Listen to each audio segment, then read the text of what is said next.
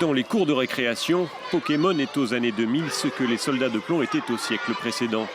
Un immanquable de l'imaginaire collectif. Le jeu débarque au Japon en 96 et en France à la fin 99 et séduit très rapidement les enfants. Il se décline aussi en cartes ou en dessin animé, basé sur un concept simple, la capture de créatures mi-monstres, mi-peluches et leur échange pour les faire évoluer et les collectionner.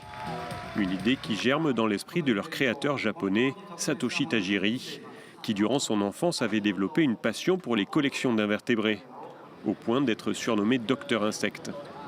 Avec Nintendo, il conçoit un jeu universel où l'on incarne un personnage qui veut prendre soin de ses créatures et les protéger. Pikachu, Dracofeu, Ronflex, des noms que toute une génération connaît. Le Japon s'apprête à fêter les 30 ans de la saga. Mon grand frère y jouait quand j'étais à l'école primaire et je jouais avec lui.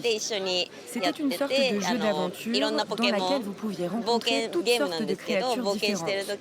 Combattre et attraper des Pokémon puissants vous procurait un réel sentiment d'accomplissement. C'était donc très amusant. La Pokémania ne s'est jamais tarie et génère encore des millions d'euros dans le monde.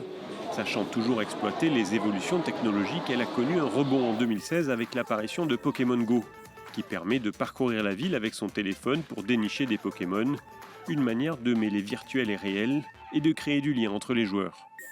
Je pense que ce sont plutôt des souvenirs avec mes amis, comme ouvrir des paquets, jouer à la Game Boy avec tous mes amis quand j'étais enfant.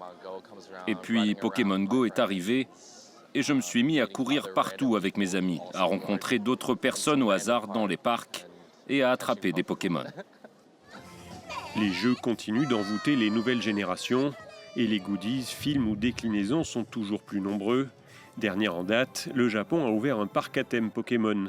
Les cartes de jeu, elles s'échangent pour des sommes records. Il y a quelques jours, la plus rare d'entre elles a été vendue pour plus de 16 millions de dollars. Qui sait si une autre ne se cache pas dans un de vos vieux coffres à jouer.